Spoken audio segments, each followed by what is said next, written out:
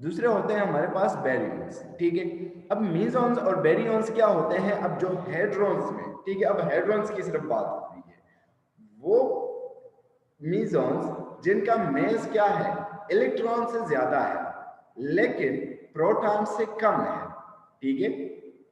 वो मीजॉन्स जो जिनका मेस इलेक्ट्रॉन से तो ज्यादा है लेकिन प्रोटॉन से कम है, ठीक है, उन मीजॉन्स को हम क्या कहते हैं, उनको हम कहते हैं, सॉरी, उन हेड्रॉन्स को हम क्या कहते हैं, मीजॉन्स कहते हैं, ठीक है। मतलब हमारे पास हेड्रॉन्स तो बहुत सारे हैं, ठीक है, उनमें से कुछ इस तरह से हैं कि उनका जो मैस है, ठीक है, वो इलेक्ट्रॉन से ज्यादा है और प्रोटॉन से कम है। तो उन हेड्रॉन्स को हम एक अलग नाम देते हैं और उसको हम कहते हैं मीजॉन्स, ठीक है। और इसमें से मीजॉन में जो सबसे लाइट वाला, ठीक है, जो सबसे, जिसका मैस सबसे कम है, वो कौन सा है, वो पियोन है, ठीक है, ये वाला, ठीक है। So pion is the lightest non meson, जो मीजान में सबसे छोटा वाला है, ठीक है, मीजॉन्स, उसमें से हमारे पास पियोन्स, ठीक है। और ये जो मीजान होते हैं, अगर ये डिके होते हैं, मतलब एनर्जी इमिट कर देते हैं या किसी और वजह से डिके हो जाए, ठीक है, डिके हो जाए, कन्वर्ट हो जाए, तो ये ज्यादा से ज्यादा किस में से कन्वर्ट हो सकते हैं, या तो इससे इलेक्ट्रॉन बन जाता है, या फिर क्या बन जाता है, पॉजिट्रॉन बन जाता है, या फिर न्यूट्रिनो बन जाते हैं, या फिर फोटॉन बन जाता है, ठीक है।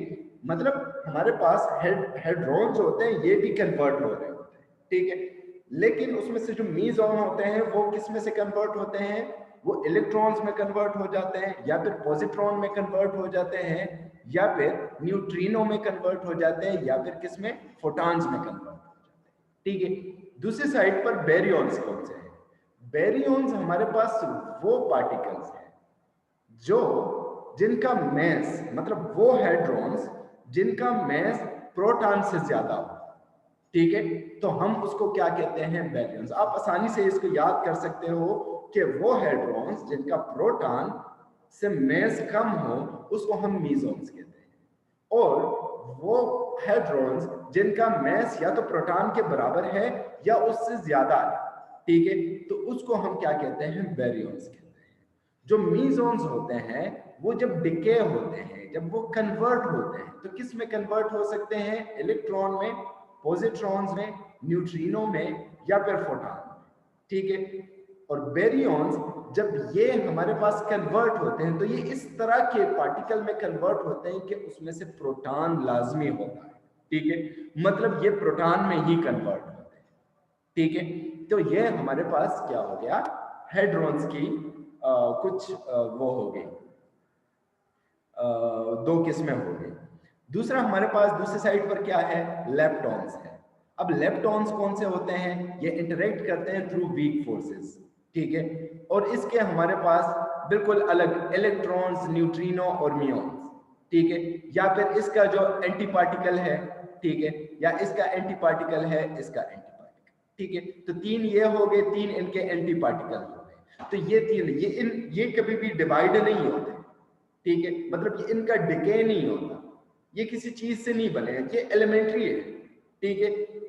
मीजॉन्स और बैरियॉन्स, ठीक है, वो आपस में, ठीक है, वो होते रहते हैं, ठीक है, लेकिन इलेक्ट्रॉन्स, न्यूट्रिनो और मियॉन्स, ठीक है, या इनके जो हमारे पास वो है एंटी पार्टिकल्स हैं, वो हमारे पास, वो किसी चीज से नहीं बने, वो एलिमेंट्री, ठीक है। तो इसको हम क्या कहते हैं, लेप्टॉन्स बोलते हैं। अब अगर इसमें से किसी को कोई बात समझ नहीं आई हो, simply raise your hand.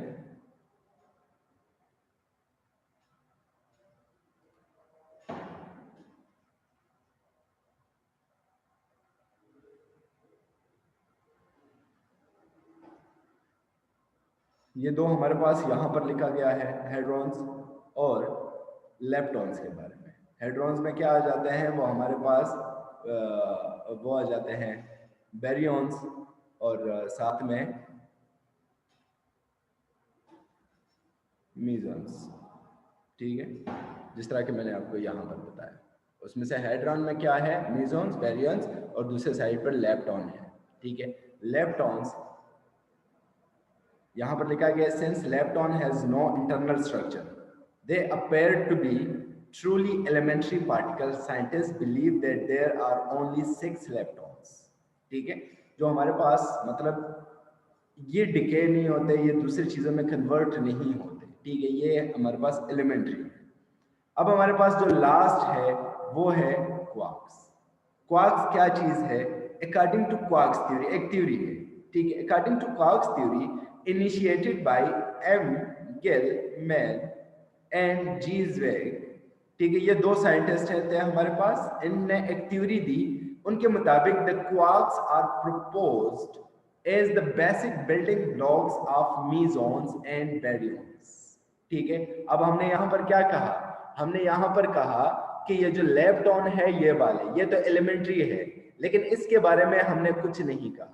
ये एलिमेंट्री नहीं है, ये किसी और चीजों से बने हुए हैं। ठीक है, एलिमेंट्री वही होते हैं जो कि बेसिक होते हैं। ठीक है, मतलब वो किसी चीज से नहीं बने होते। यहाँ पर ये जो हेड्रॉन्स है ये एलिमेंट्री नहीं है। इसमें से मीजॉन और बेरियंस है, जो कि मीजॉन और बेरियन खुद भी किसी और चीजों से, मतलब वो किससे बने होते हैं? वो क्वार्क से बने होते हैं। किससे बने होते हैं? क्वार्क से बने होते हैं।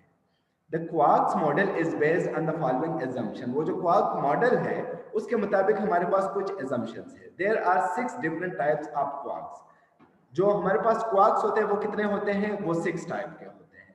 पहला अप डाउन। ठीक है, पहला वाला जो है वो अप क्वार्क, दूसरा डाउन क्वार्क, तीसरा स्ट्रेंज क्वार्क, चौथा चार्म क्वार्क, तीसरा फिफ्थ बॉटम क्वार्क, फिर उसके बाद टॉप। ठीक है, देखिए हमारे पास जो स्टार्ट है वो up down charm strange, up down charm strange, और फिर हमारे पास जो लास्ट वन है बॉटम एंड टॉप।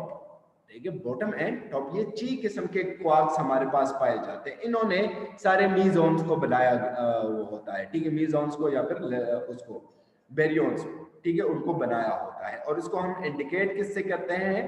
U पर अप, D पर down, S for strange, C for charm, B for bottom and T for top.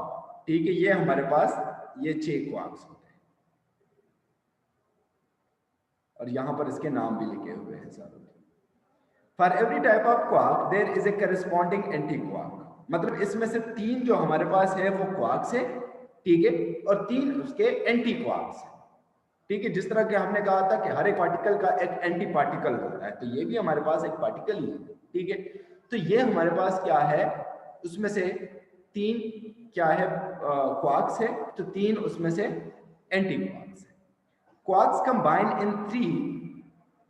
in threes to form particles like protons and the neutrons। ठीक है, मतलब 3 वो quarks इकट्ठे होते हैं। ठीक है, तो वो क्या बनाते हैं? न्यूट्रॉन्स बनाते हैं या फिर प्रोटॉन्स बनाते हैं। Antiquarks also combine in 3 to form antiparticle like antiprotons and antineutron. अब अगर 3 पार्टिकल्स एक साथ, अगर 3 क्वार्क्स ने मिलकर प्रोटॉन बनाया हुआ है, तो उन 3 क्वार्क्स के जो एंटी क्वार्क्स है अगर वो आपस में मिल जाए तो उससे क्या बन जाएगा? उसी पार्टिकल का एंटी पार्टिकल बन जाएगा। ठीक है, तो ये हमारे पास the meson consist of quarks and an anti quarks. जबकि अब देखिए यहाँ पर जो मीजॉन्स है, ठीक है, उसमें से क्वार्क भी होता है और उसके साथ उसका एंटी क्वार्क भी होता है। ठीक है, अब in term of charge of electrons, इन ऊपर इलेक्ट्रॉन चार्ज, इसमें से एक बात याद रखें कि जो सबसे स्टेबल होते हैं, जो क्वार्क सबसे स्टेबल होते हैं, वो कौन से वाले हैं? वो top and down, sorry up and down. Up and down quarks जो होते हैं वो सबसे ज्यादा स्टेबल होते हैं। ठीक है, इन term of charge of electron the up charm and top quark UC&T quarks each carry A charge of +2/3 electron. ठीक है, इन पर हमारे पास कितना चार्ज होता है? 2/3 इलेक्ट्रॉन के बराबर, +2/3 electron. And the other 3 quarks carry A charge of -1/3 electron. ठीक है, जो हमारे पास अप चार्म और टॉप जो वो है क्वार्क्स है, उस पर चार्ज कितना होता है? +2/3।